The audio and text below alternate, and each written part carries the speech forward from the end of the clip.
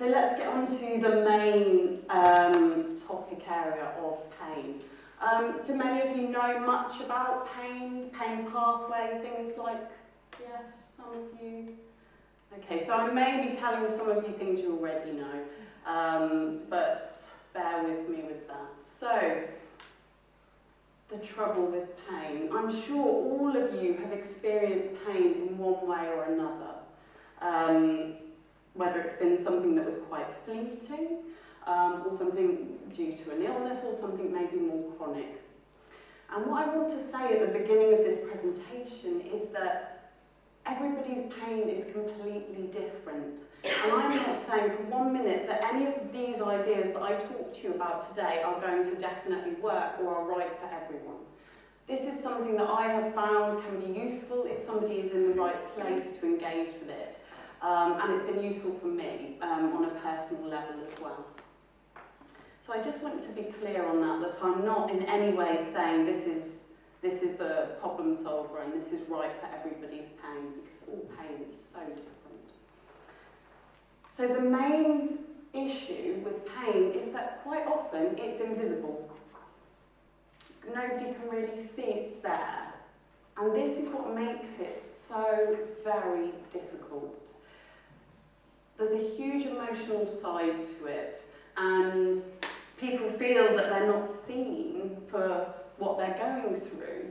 They worry that they won't be believed, and quite often there is a bit of a journey to get believed or a diagnosis, and more often than not with long-term pain there isn't a clear diagnosis.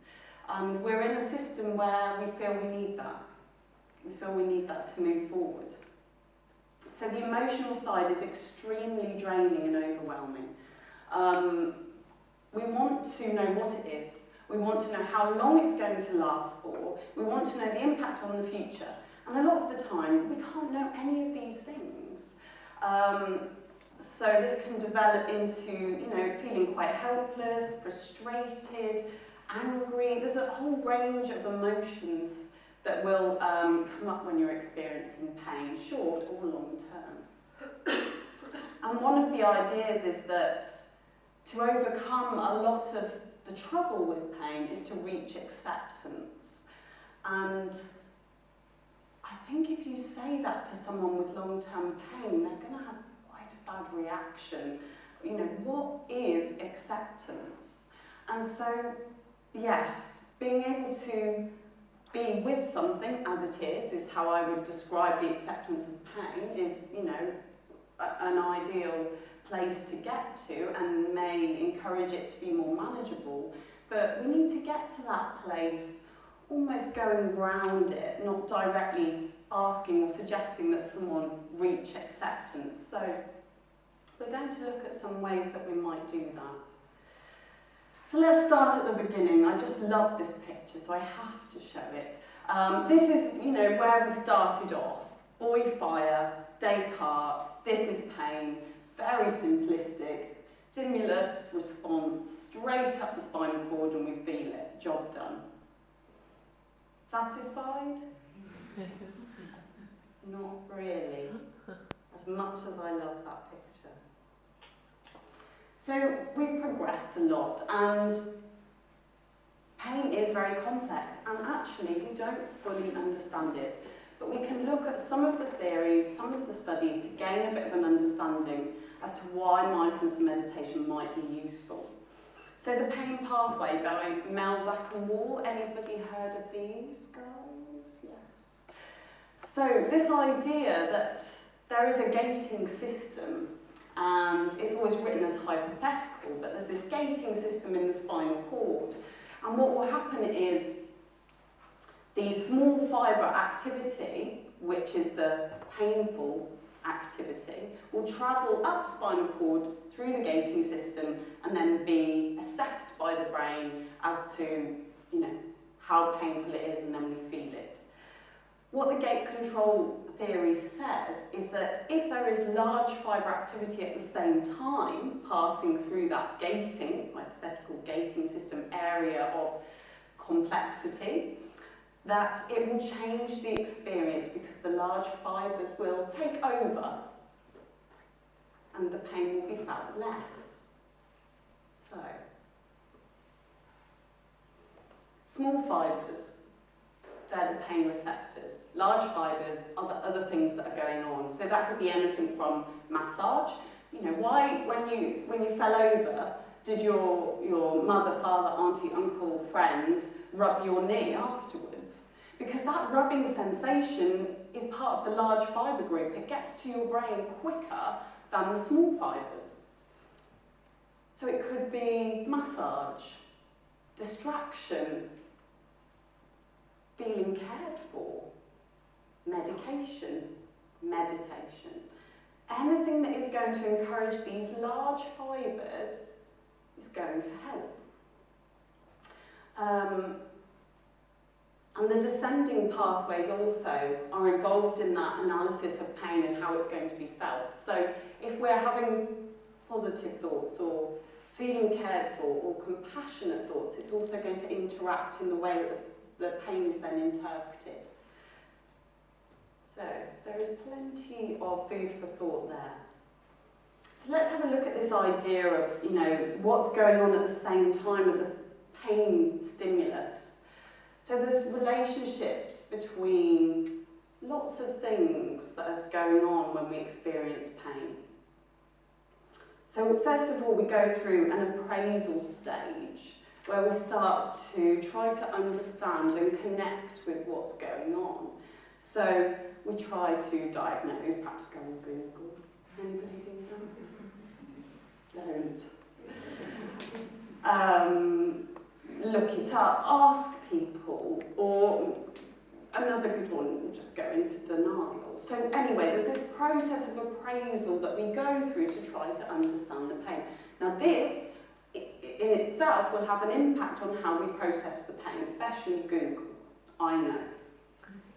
And it will interact with emotions and physical discomforts and dysfunctions as well, because as we become more emotional, more fearful, more scared of the pain, we start to change the way perhaps we hold ourselves, or perhaps if it's in the leg or the hip, or the way we get up. And then this can interact with actually how we're using our body.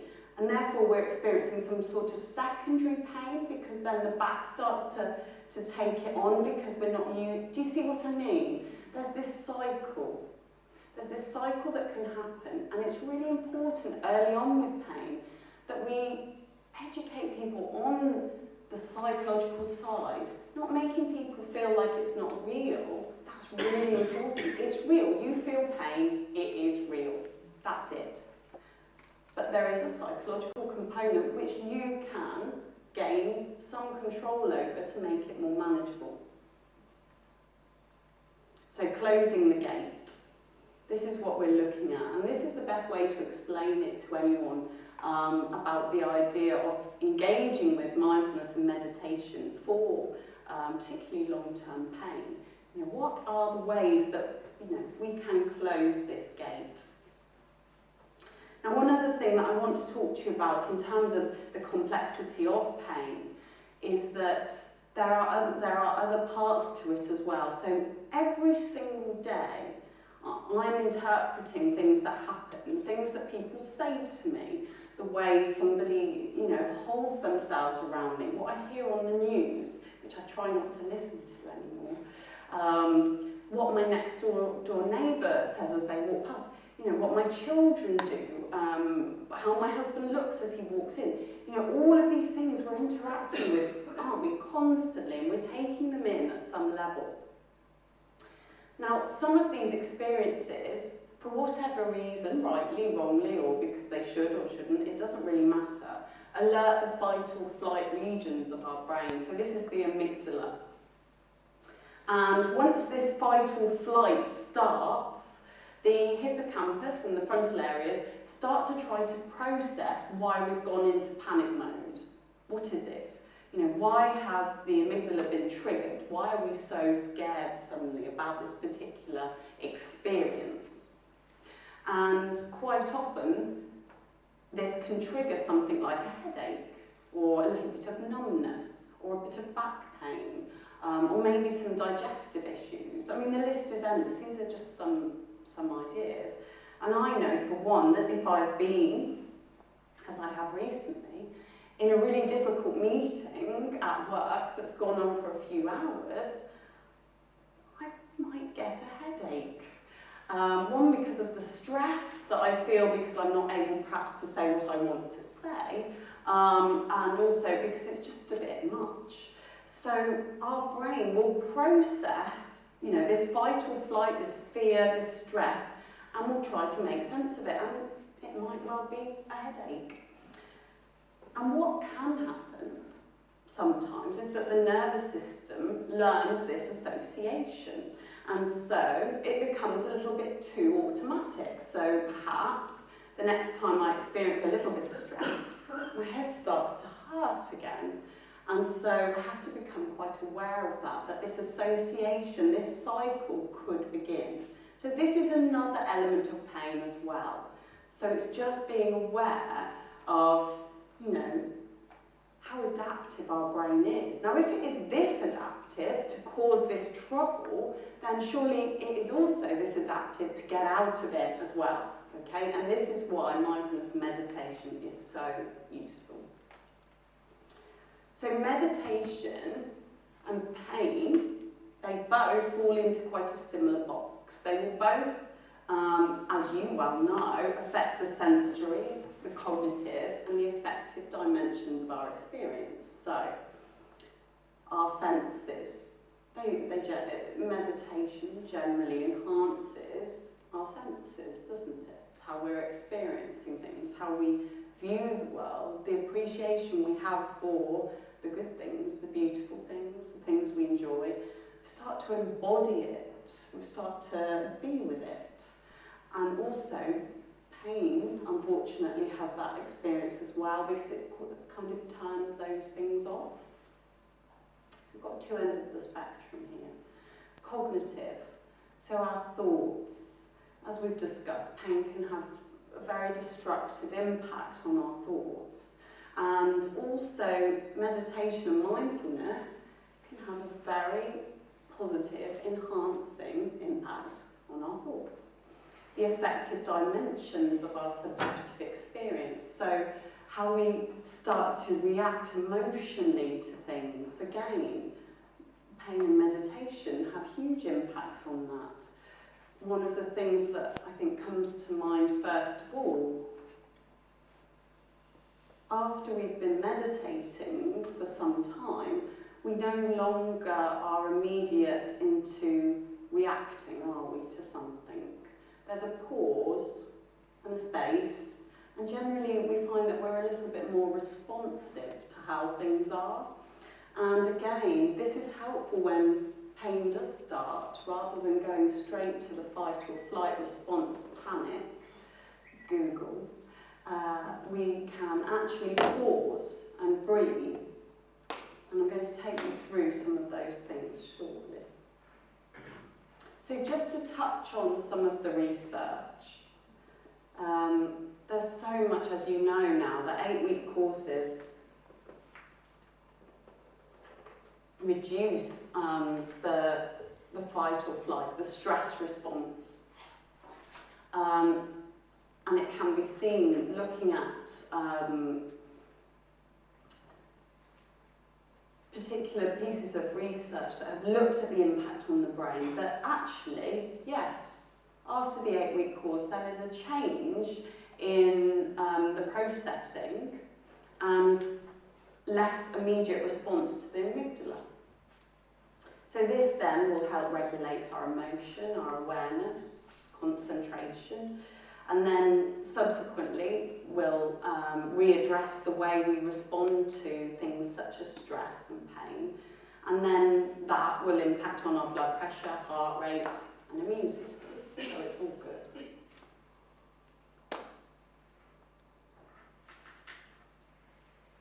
So before we come on to actually looking at now, I've given you a little bit of a background now on why we would do this, why it's useful, why it's going to make an impact. Before I come on to these things that I would generally use in a workshop. What I'd like to do is just have a quiet 5 minutes, just letting go of that bit, okay? Because we're going to move on to much more of the experiential part, which is where my heart is. So if you want to just close your eyes.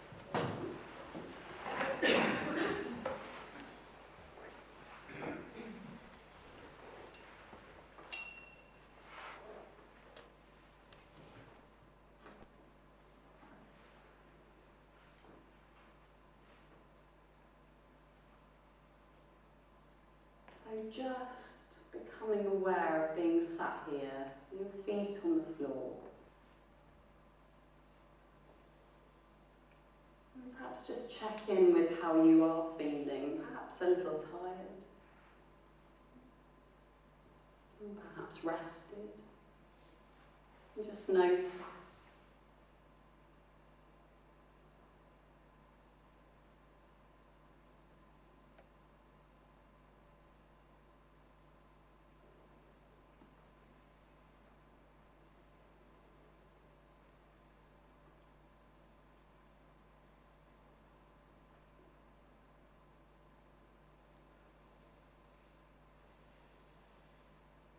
And just settle into just following the breath.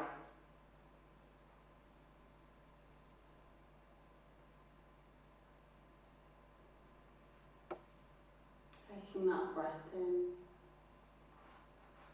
and just letting it go.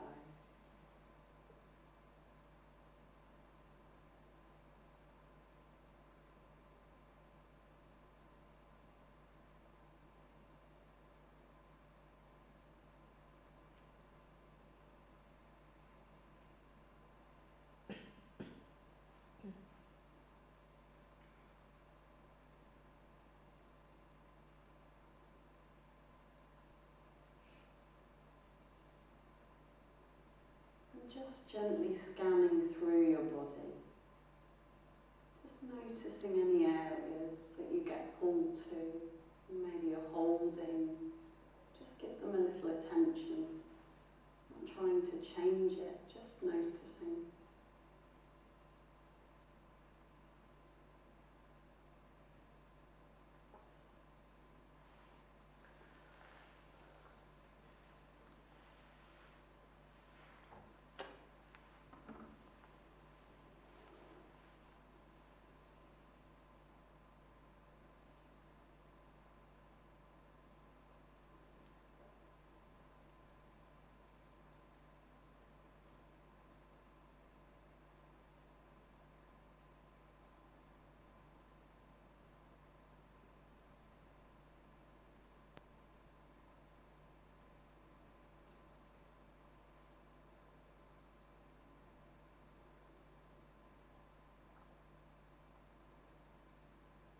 And just letting the focus of the breath go, returning to just your seated position, and just opening your eyes in your own time.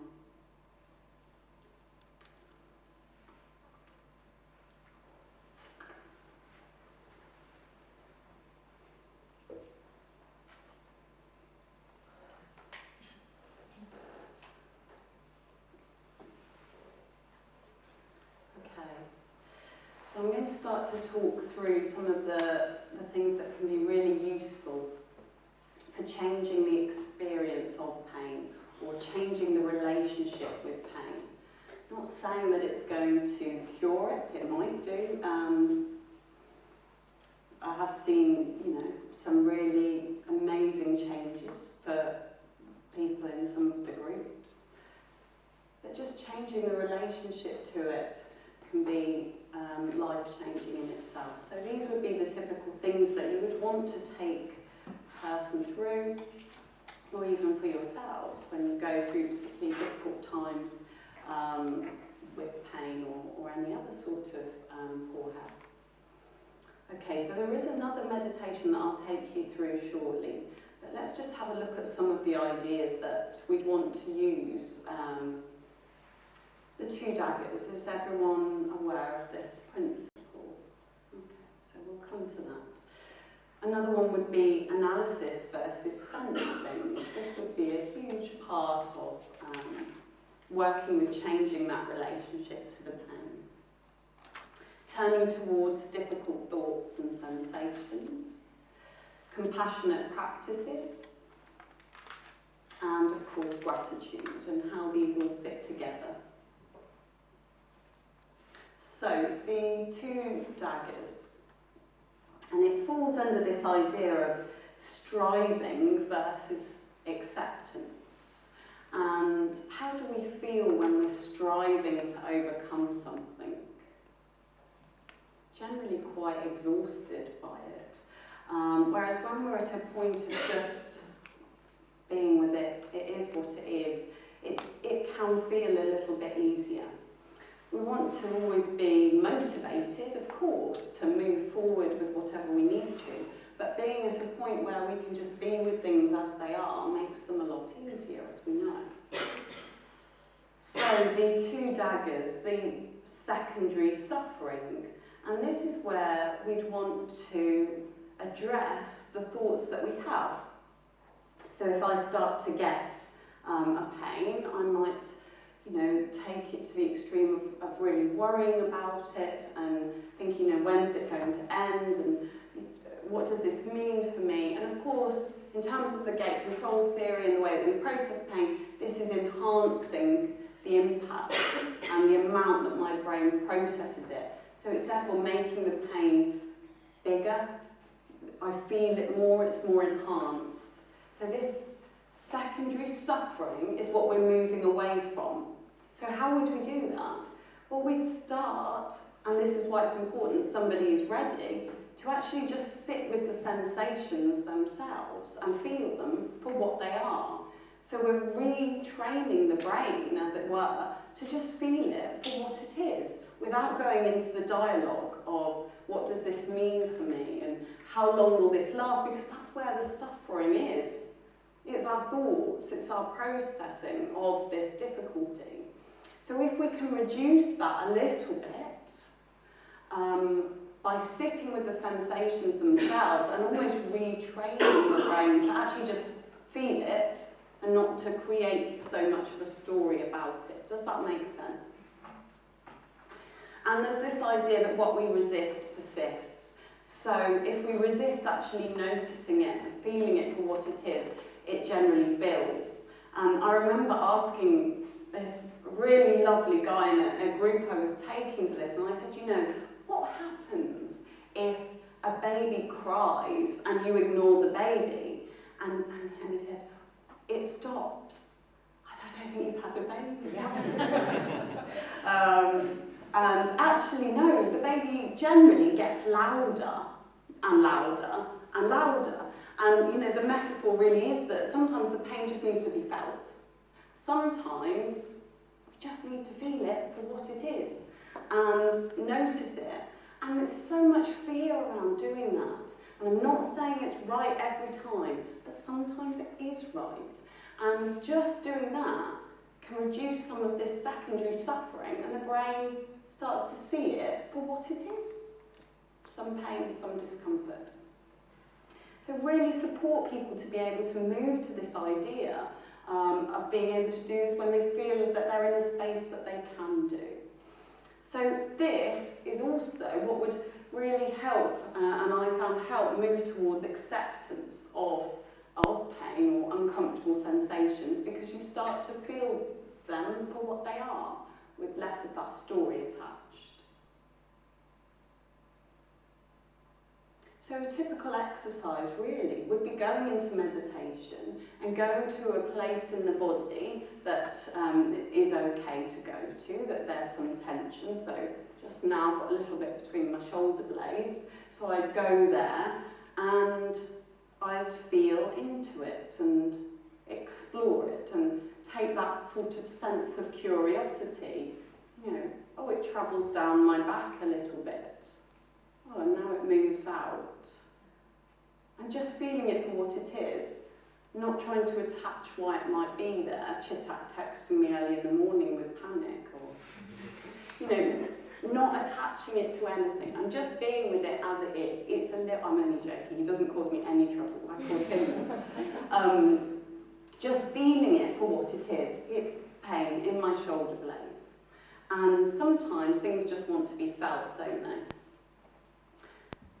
Never trying to change it, and that would be something that I would be really, I'd be really keen on, being very clear about. That's a whole different ball game. Trying to change an experience, that's a different meditation. With this, it's very much about not trying to change it. Be with it as it is. Just feel it for a few minutes, a few seconds. Breathing into it. Always breathing into it. We sort of go into it and hold our breath, like, what's going to happen now? And actually, no, just breathe into it.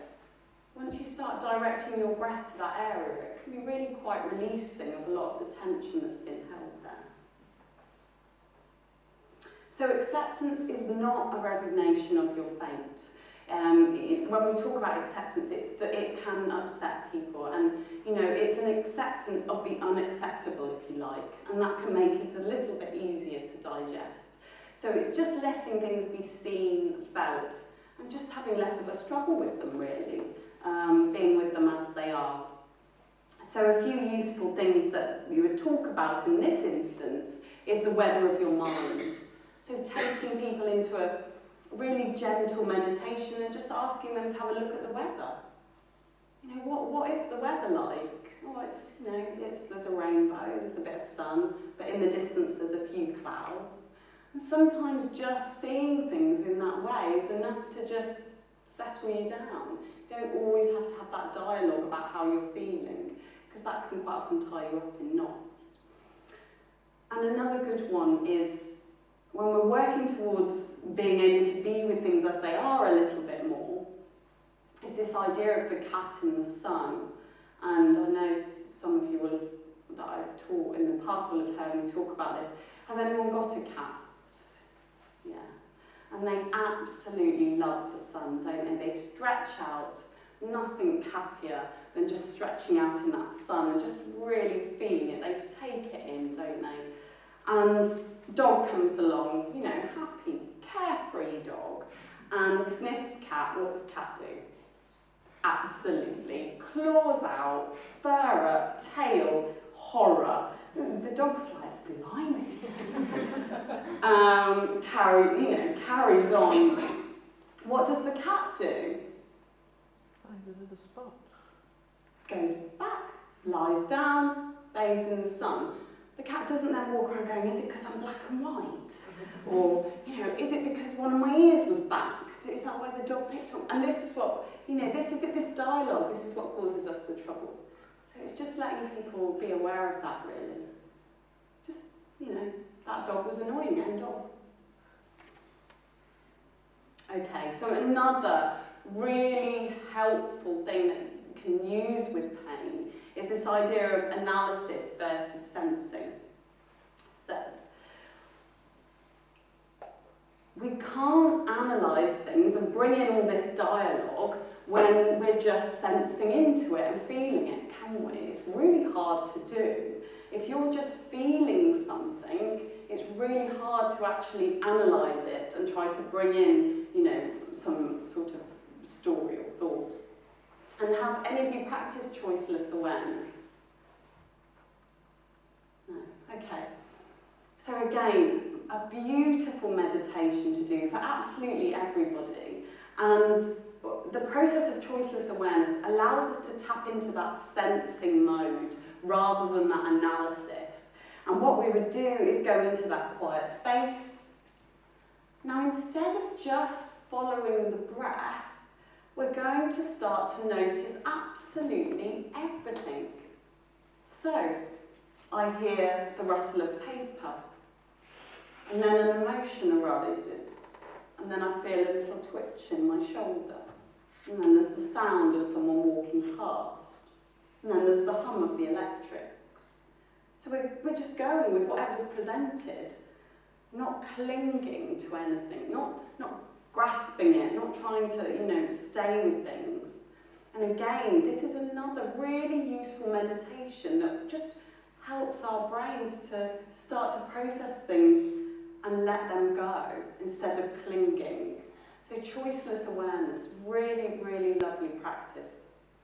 And again, when we're practicing this in the group, sometimes people will say, wow, you know, that was amazing. Because it's just such a different experience to just be with whatever comes and letting it go. And I think the best way to describe it to someone is almost like watching a conveyor belt. And the minute you start to notice clinging, just notice clinging and on to the next. It takes a bit of practice, and of course some days are easier than others, but it's a really beautiful practice to start to let go of, you know, holding on to things that we don't need. It just shows our brain, you know, that pathway can change. We don't have to cling to things as much. So you can see almost how we're going indirectly around it. We don't want to necessarily go straight in with pain. We're just building someone up to be able to, you know, process it a little bit differently, have a different relationship with it. So analysis versus sensing, really, really important. So a difficult one, turning towards difficulty.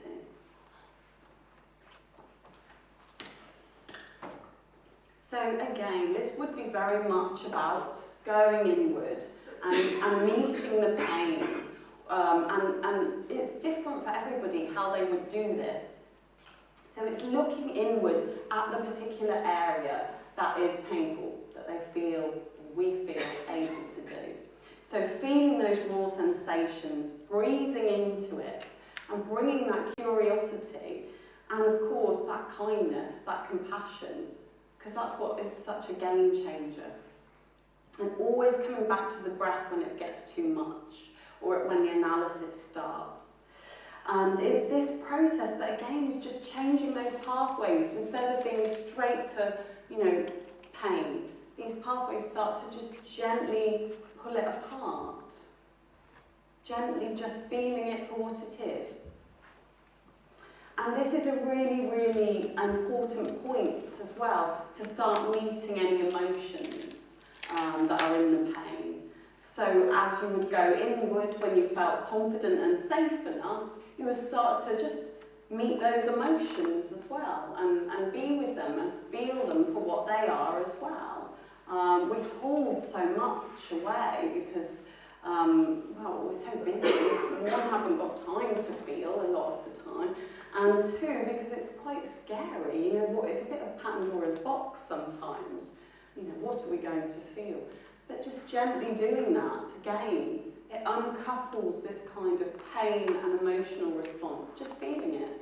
And if the tears come, the tears come. Frustration, a little bit of anger, whatever's there, you're just letting it flow, letting it out. So while you're meeting the pain, you just want to explore it. Is there any emotion there? And sometimes people find it useful to look at, you know, is there a colour? Does it change? Does the pain move when I take my attention there? Just being really curious about it as it is, not trying to control it or change it. So almost going outside the box with the pain. Okay, so we're going to do a practice in a moment. And you know, I think one of the most important parts when you are using meditation and mindfulness to change that relationship to pain is the compassionate practice. And we know that a heart-based thinking style is intuitive. It doesn't go too well in academia always, but it's going with things as they are. And of course we do need a head-based thinking style some of the time. Of course we do. We need to be rational, and we need to, you know, make plans, and we need to be aware of things on a daily basis. But actually when we're dealing with pain and discomfort and emotions, sometimes a heart-based thinking style is definitely the way forward, because we're just with it. We're just feeling it. We're just allowing it. We're letting things flow. We're not holding them away, which is what causes, you know, more distress, more tension in the body, and more upset.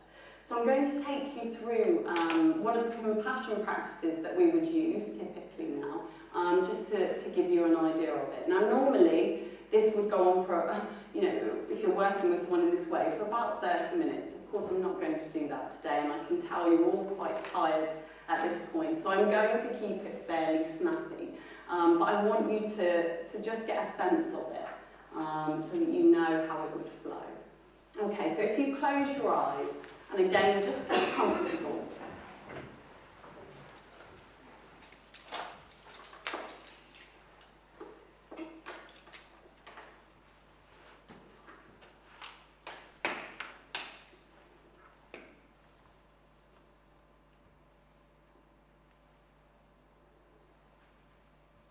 Just becoming aware of your seated position, your back against the chair and your feet on the floor.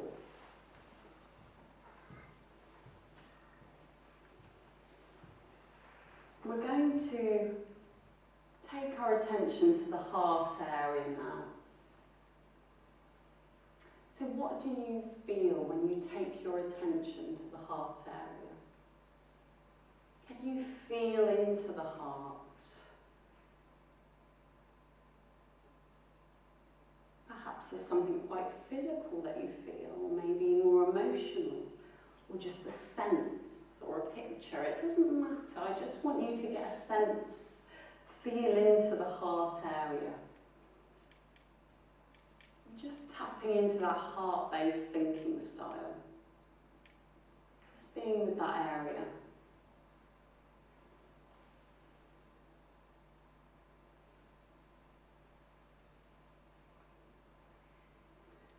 And now as you start to breathe in, you're breathing in compassion to the heart area.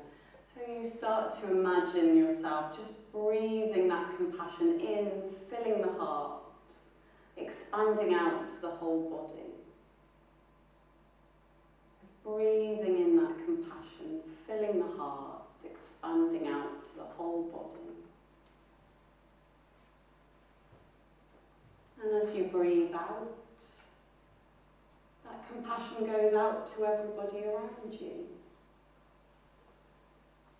Into the heart, filling the heart, and out towards everyone around you.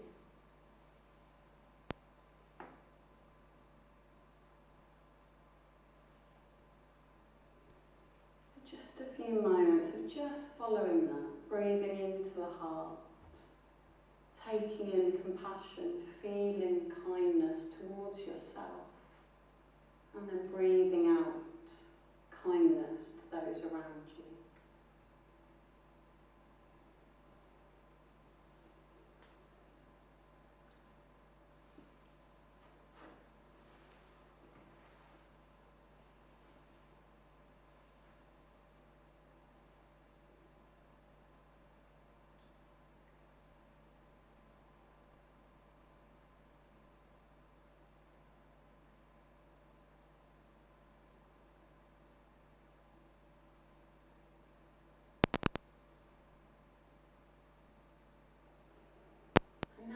Just start to open to your own experience. So staying in the meditation, just opening up to the experience in your body.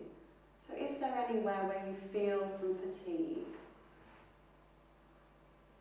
Or a little discomfort? Or a little area of perhaps just tiredness? Just take your attention there now.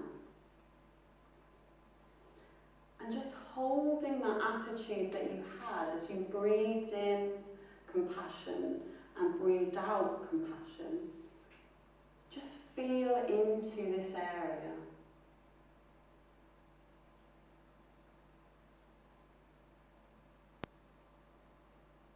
How does it feel? What are the raw sensations that you notice here? Just really staying with that heartfelt feeling towards it. Start to just feel those sensations in that area of the body. They're just sensations. And just breathe into that area, just gently now breathing in. And if it feels a little unobtainable, just lean into it a little more. Just feel as though you're leaning into that area just that little bit more.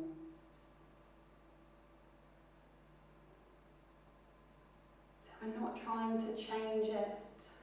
We're not trying to understand it. We're just curious about these sensations.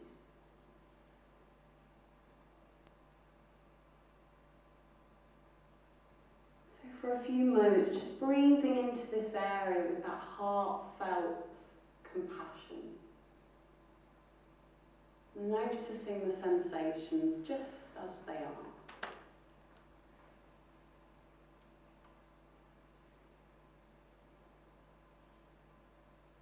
And if thoughts arise, just allow them to pass through and come back to the sensations and the heartfelt compassion. Just keep breathing into them, just as they are.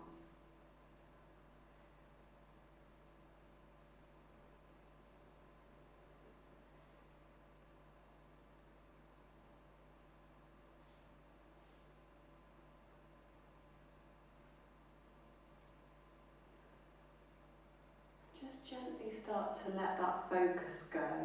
And just before we end the meditation, taking your attention back to the heart area. Just asking, what do I need right now?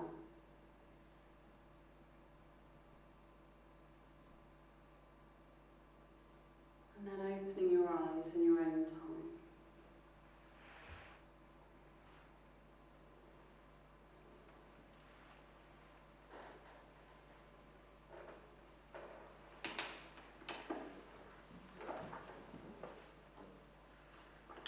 Okay, so that gives you an idea, and it was a little bit of a whistle-stop tour, the processes that you would go through.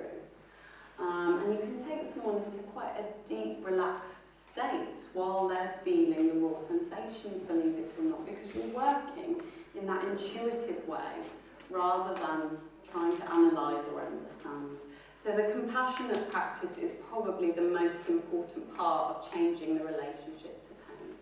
So we're getting closer to it, feeling it as it is, but really opening the heart, as it were, to the sensations.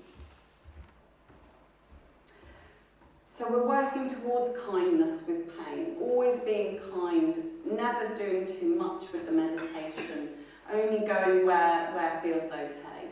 You wouldn't try to push it, and if it became too much, you just relax out of it. So it's a gentle process with changing pain.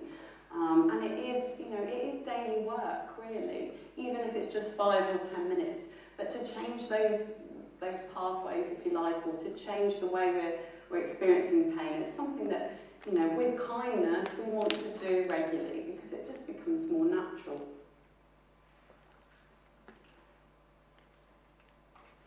Okay, and lastly, one of the most important things that you would take someone through to think about is gratitude. And as we know, we are hardwired to suffer. It's our evolution. We're supposed to survive. We've been running away from mammoths and tigers for years. But unfortunately, we don't really need to live in that way anymore, but it's still there.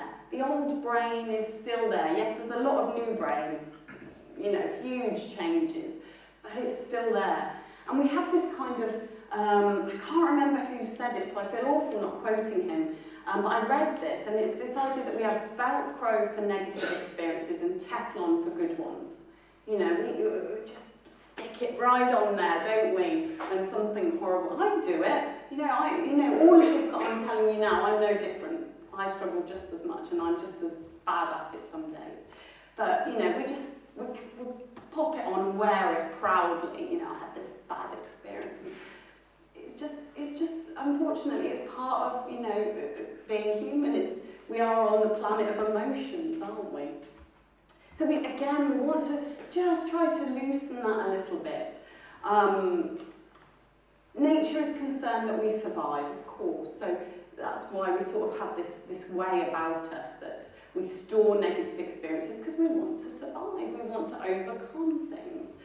But the brain is very adaptable, and the more gratitude you bring in, so as you know in your own practice, the more that you notice nature, or just being with your pet, or watching children play, or something, listening to beautiful music, all of these things, when we start to embody them, they encourage our gratitude, and so our sense of being becomes much more, just with the beauty, rather than, the fearful things that have velcroed to us, because, that's what happens. So again, our brain is very adaptable. All of these things are, we can modify them.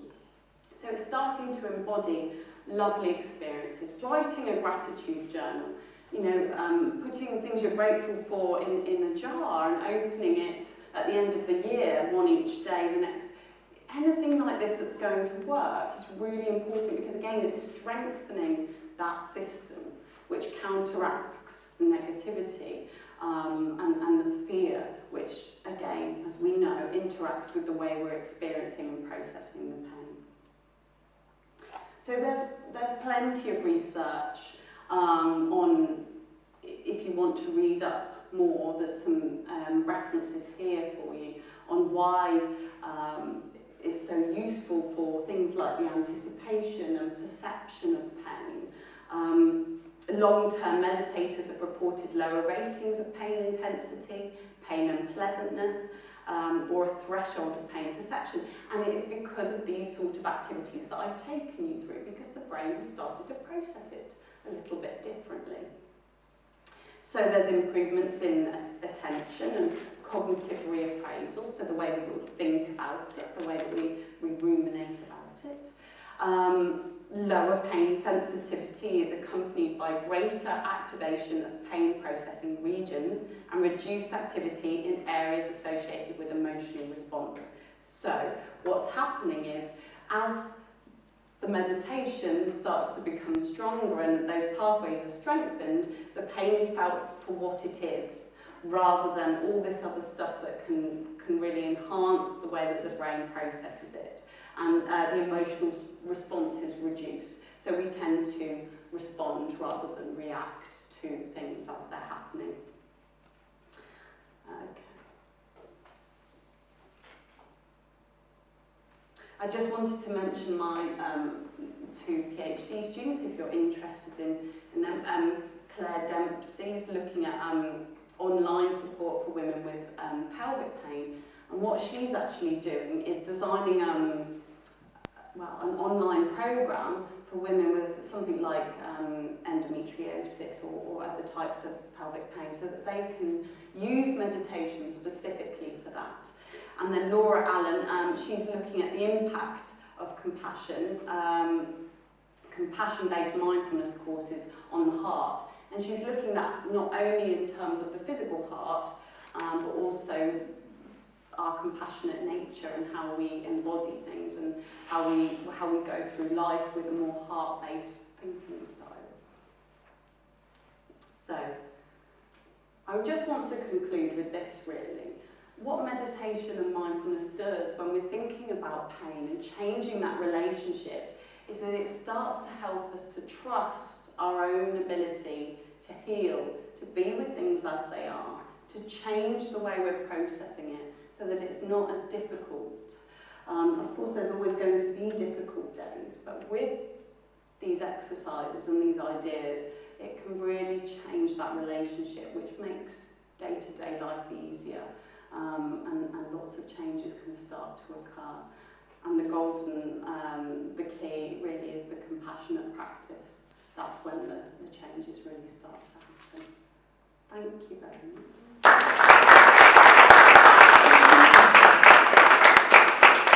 Thank you very much. That was really wonderful. Thank you so much. Any questions? Yes. Before I start my question, I'd like to thank you. This was a very open, you opened my horizons a lot, so thank you for that. I have a question that is related to more towards the pain and the way it raises awareness, like it enhances our awareness. We now live in a spiritual basically revolution as a result of a moral repression from maybe 18th centuries or so on. It doesn't matter, the thing is that we're in it. My question is, looking at the pain, would you say, because of the connection that it has with mindfulness, extreme pain or extreme sensations of pain can also enhance our senses and create that mindfulness? Like, what I'm asking here is going into the opposite of extreme of it. Like, instead of accepting it, to go as far into it until it actually awakens us up. Is that possible? So you're talking very much in a spiritual way here, when you're talking about waking up. In a sense, like making us more aware of our senses. Like when you cut, when you suffer an injury, suddenly, I don't know if this happens with most of the world, especially for me, when I suffer an injury, I instantly, all my senses are focused. Yeah. Absolutely sharp. I don't experience that a lot. With meditation and everything else, it's a slow process. With pain, it's strictly a direct process. Would you say that is possible? Definitely, because when the pain is activated, we're straight in the amygdala, the fight or flight. So all those senses have to be heightened to survive. So yeah, absolutely. But I see what you mean. You're almost putting a positive slant on it, aren't you? Yeah. I mean, yeah. I haven't actually thought about it in that way, to be honest, but absolutely, because it does heighten your senses and very quickly. But what we have to recognise is that we're working with the part of the brain that processes things negatively. But no, that is an interesting thought. Thank you. Thank you. Yes. My experience is very similar with emotional pain as well. Yes. Is there any research that you know of on that line of thought? In terms of emotional pain, yeah, I can't think off the top of my head of specific studies to tell you about. I could definitely find some. Absolutely. I mean, it is the key, and you know, in terms of emotional pain, we're all experiencing it. We just don't like to admit it. And just sitting with that emotional pain, and very, you know, often we can find that we're drawn to an area in the body with emotional pain as well. So it can work the other way. And something that I use, I don't know if you've heard of focusing. In what sense? It's a technique, very much like meditation, but it's a little bit, well, it's focused. I've heard of focus. Yeah, so Eugene Gendlin, you know, that would be the person that you would read up on, really, in terms of emotional pain and going into a meditation or a practice, because what you do is, you know, you really take your attention to where that emotion is. What's his name, sorry? Eugene Gendlin. Thank you. Yeah, and absolutely brilliant results with focusing for emotional pain. Thank you. Any more questions? If not, let's have a big round of clap for more time.